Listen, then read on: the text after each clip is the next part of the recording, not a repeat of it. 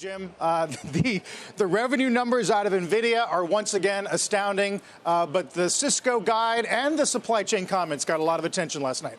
Oh, you got that right. And I've got to tell you, NVIDIA is one of those companies where you have to take the revenues up so big that you're just kind of in awe that after this amazing growth in revenue, you ain't seen nothing yet. Cisco's the opposite.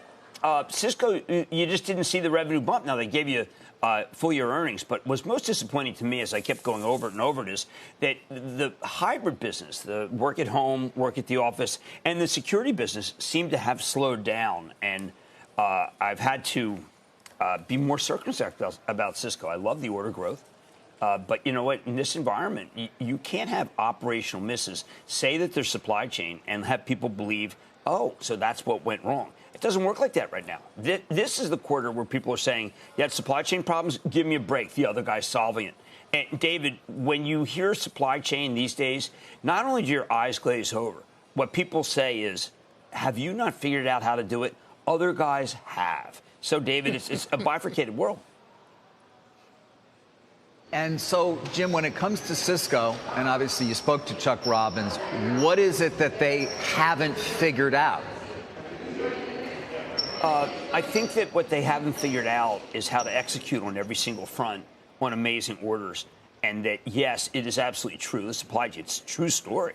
But we had thought that they had supply chain, that they were best in show. A lot of people went to Chuck Robbins to learn how to handle supply chain. So it was surprising. Now, look, order growth could easily trump that if you're a visionary.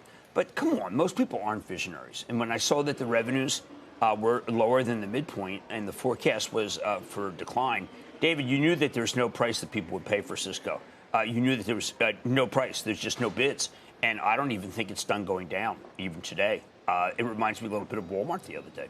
And, Carl, you know when you miss in this environment, not only do people not want you, but they sell you for several days, not one day. Yeah. There's no one-day sales going on with these big-cap stocks that miss numbers. Yeah. Chuck Robbins, to his credit, I guess, Jim, did warn us this was coming maybe earlier than a lot of other big companies.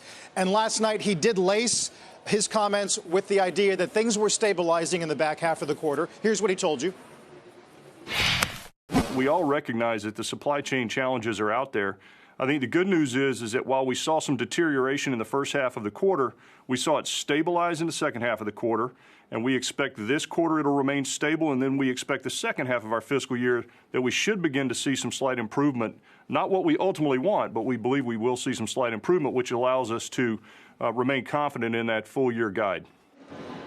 All right. How much credit does he get for that? A lot, because he could have easily lowered. He could have said, look, that business isn't coming back. But we need to see security stronger, because security is strong for everyone. We had Okta yesterday. And if you're doing security, then you have a lot of business. And I'd like to see Cisco really capitalize off this on-premises, at-home strategy. And now, of course, I think that perhaps we have to wonder, did the campus business slow down because people didn't come back to the campus? I'm not sure. It was quizzical.